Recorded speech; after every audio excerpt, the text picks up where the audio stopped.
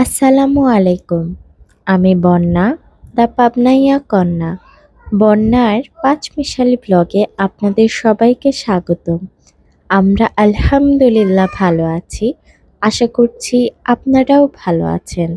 আমার গতকালকের ব্লগটি যদি আপনারা দেখে থাকেন তাহলে নিশ্চয়ই জানেন আমি ঢাকাতে এসেছি আমার মেজো বোনের বাসায়। তো এটা হচ্ছে শনিবার সকালের ভিডিও। জান আমাকে জিজ্ঞেস করেছিল যে সকালে তুমি কি খাবে? আমি বলেছিলাম আমার জন্য পাতলা করে ডাউল করবে, আলু ভর্তা করবে ঝাল করে, আর একটা ডিম ভাজি, এক ফালি লেবু আর একটা সুন্দর মচমচা পেঁয়াজ দিবে। সেটা দিয়ে আমি তৃপ্তি সহকারে খাবো। তো ঘুম থেকে উঠে দেখি ও এটাই করেছে। আমি অনেক খুশি হয়েছিলাম। খুবই তৃপ্তি সহকারে খাওয়া-দাওয়া করি। আর আজকে এই যে আমার বাচ্চারা রেডি হয়েছে। আমরা যাচ্ছি আমার ছোট ফুপুর বাসায়। আমার ছোট ফুপু বন্যি বলি আমি। তো ওনার বাসায় আজকে আমরা যাব। আমরা সবাই রেডি হয়ে বসে আছি, কিন্তু দুর্ভাগ্যবশত প্রচুর বৃষ্টি হচ্ছিল আজকে। বৃষ্টি থামার জন্য আমরা অপেক্ষা করছিলাম। বৃষ্টি থামার পরেই আমরা চলে যাই, বের হয়ে পড়ি। বের হওয়ার পরে এই যে প্রথমে একটু মিষ্টির দোকানে আসি। মিষ্টিটা কিনেই আমরা বাসে করে রওনা দেই এবং আমাদের পৌঁছাতে প্রায় ১ ঘন্টা সময়, ১ ঘন্টার বেশি সময় লেগে গিয়েছিল। যাই হোক আমরা সুস্থ সহি সালামতভাবেই পৌঁছিয়ে যাই। এখন যাচ্ছি ফুপুমনির বাসায় রিক্সায় করে। আমি অনেক এক্সাইটেড ছিলাম। ফুপুমনির এই নতুন ফ্ল্যাটে আমার এই প্রথম আসা। আমার ফুপুমনি যখন জানতে পারলো যে আমি ঢাকায় এসেছি, তখনই ফোন দিয়ে বলল যে, "তুমি ঢাকায় এসেছো, কালকে কিন্তু অবশ্যই আমার বাসায় আসবে।" আমারও খুব ইচ্ছা হচ্ছিল যে আমি তার বাসায় যাব। তো যখন ফোন দিল, এক লাফে আমি রাজি হয়ে যাই যে, "ঠিক আছে ফুপুমনি, আমি আসছি।" এই যে এটা হচ্ছে আমার ফুফাতো ভাই, আমার ফুপুর একমাত্র ছেলে রাফিদ। রাফিদ আমাদেরকে রিসিভ করে উপরে নিয়ে আসে। আর ফুপুমনির বাসাটা এক দেখাতে আমার এত, এত, এত বেশি ভালো লেগেছিল যা বলে বোঝাতে পারবো না। আশা করি আপনাদেরও ভালো লাগবে, কারণ এই ব্লগটিতে আমার ফুপুমনির পুরা হোম ট্যুর রয়েছে। আর এই পুরা হোম ট্যুর দেখতে গেলে ব্লগটি শুরু থেকে শেষ পর্যন্ত কিন্তু দেখতে হবে। আশা করি খারাপ লাগবে না। আর যদি সত্যি আপনাদের আমার এই ব্লগটি ভালো লেগে থাকে তাহলে প্লিজ আমার পেজটিকে ফলো করে দিবেন। আমার চ্যানেল থেকে যদি দেখে থাকেন তাহলে আমার চ্যানেলটিকে সাবস্ক্রাইব করে দিবেন। আপনাদের সাপোর্ট এই মুহূর্তে আমার খুবই দরকার। এই যে আমাদের আসার কথা শুনে আমার ফুপুমনি এত কিছু রান্না করেছিল, আমার তো দেখেই পেট ভরে গিয়েছিল। এই যে এখানে টিকিয়া করেছে, ছোট মাছ ভাজি করেছে, পোলাও রান্না করেছে। খুব সুন্দর লাগছে তাই না? আমার তো টেবিলটা গোছানো দেখে এত ভালো লাগছিল। এই যে গরুর মাংস, তারপরে এখানে জর্দা রান্না করেছে। সে কিন্তু সবকিছু নিজের হাতে রান্না করেছিল। আর এখানে চিকেন কারি আর এইটা রুই মাছ ভুনা। এই চিকেন কারিটা এত মজা হয়েছিল, সবগুলো রান্নাই মজা হয়েছিল। তবে কেন জানি না এটা একটু বেশি স্পেশাল ছিল। খুবই ভালো লেগেছিল। ফুপুমনির বাসায় যাওয়ার সঙ্গে আমাদেরকে খেতে বসিয়ে দিল যে অনেক দেরি হয়ে গেছে, আগে খেয়ে নাও।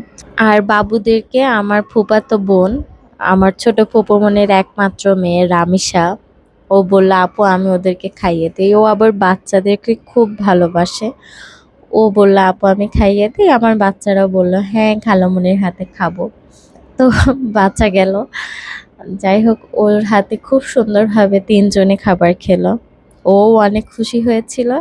আমার বাচ্চারাও অনেক খুশি হয়েছিল। আমি রিল্যাক্সে আর দুপুরের খাবারটা খেতে পেরেছিলাম। আর এত কিছু রান্না করেছিল, মানে খাবার দেখে পেট ভরে গেছে, আবারও বলে ফেললাম। যাই হোক অনেক কিছু রান্না করেছিল। আর এমনভাবে চাপাচ্ছিল ফুপুমনি, মানে আমি খাবার শেষ করেই সময় পাচ্ছিলাম না। ফুপুমনি দিয়েই যাচ্ছে। যেহেতু ভালোবেসে খাবারগুলো দিচ্ছে, তো আমি সবগুলো খাবারই খেয়েছিলাম, শেষও করেছিলাম। সবগুলো রান্নাই অনেক সুন্দর হয়েছিল। তবে এই টিকিয়া আর এই চিকেন কারিটা, ওফ! আমি কখনো ভুলব না। ইনশাআল্লাহ আবার যদি যাই ফুপুমনি আবার এই চিকেন কারিটা রান্না করে খাওয়াবেন কিন্তু। অনেকটা খাওয়ার ভিডিও দেখিয়ে ফেললাম, কারো যদি লোল পড়ে তাহলে আমি কিন্তু দায়ী না। পেট ভরে খেয়ে দিয়ে খাবারটা শেষ করতে না করতেই বাসার থেকে সবাইকে বের করে দিলাম আপনাদেরকে হোম ট্যুর দেওয়ার জন্য। তো চলুন, আমার জামাই এবং ফুপুমনির অনেক দিনের স্বপ্ন এবং অনেক দিনের পরিশ্রমের ফল, তাদের নিজের বাসাটা আজকে আমি আপনাদের সবাইকে দেখাবো। তাহলে চলুন শুরু করা যাক। লবি থেকে এন্ট্রান্স হয়ে প্রবেশ করছি ফুপুমনির বাসায়। প্রথমেই চোখে পড়ল রাফিদের এই বেডরুমটা, আর তারপরেই খুবই সুন্দর সাজানো গোছানো একটি ড্রয়িং রুম। বাসার সম্পূর্ণ ইন্টেরিয়র আইডিয়া কিন্তু ছিল আমার ফুপুমনির। প্রত্যেকটা জিনিস, প্রতিটা কোণা তিনি নিজের হাতে সাজিয়েছে খুবই সুন্দর করে, গুছিয়ে, ছিমছামভাবে তার মনের মতো করে তিনি সাজিয়েছে।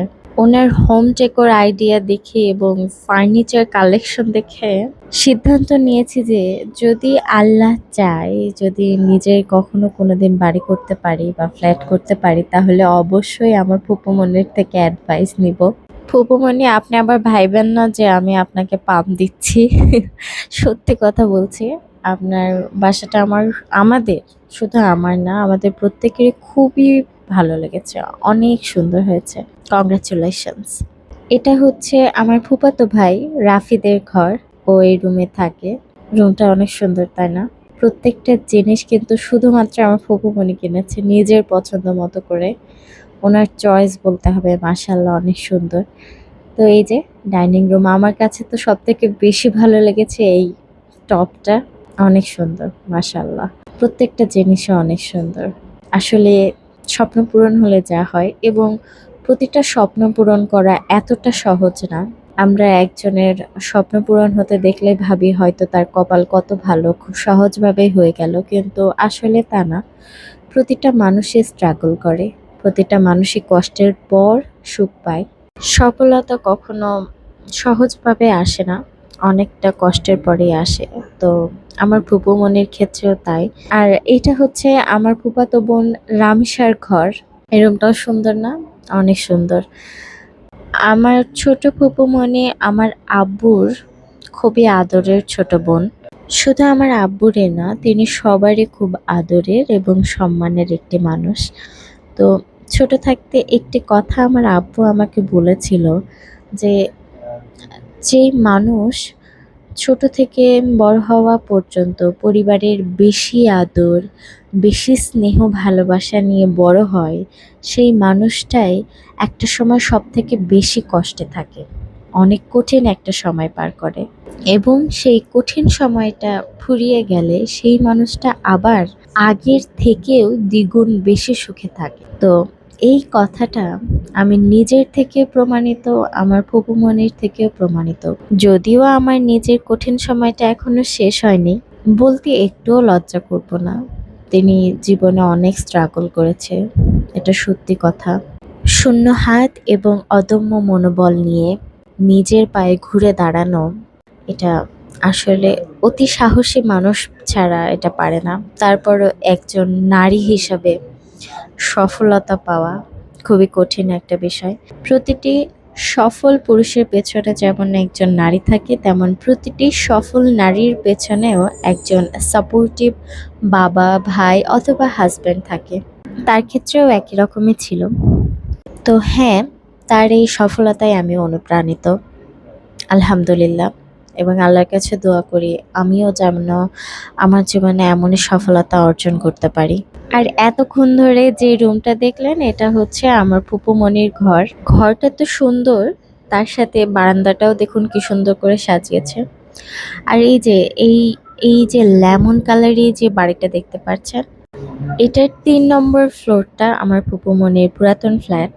এটা এখন রেন্টে আছে, মানে এটা তার জীবনের প্রথম ফ্ল্যাট। আর এই ফ্ল্যাটটা যেটা ট্যুর দিচ্ছে, এটা তার সেকেন্ড ফ্ল্যাট, আলহামদুলিল্লাহ। যাই হোক, দেখুন কত সুন্দর সুন্দর গাছ লাগিয়েছে, মাশাল্লাহ। প্রত্যেকটা মেয়েরই স্বপ্ন থাকে নিজস্ব একটা সুন্দর রুম হবে, সুন্দর একটি বারান্দায় বাগান হবে। আমারও কিন্তু তারই স্বপ্ন, জানি না কবে পূরণ হবে। যাই হোক, দোয়া করবেন সবাই আমাদের জন্য, আমাদের স্বপ্নগুলো যেন আমরা সময় থাকতে থাকতে পূরণ করে নিতে পারি।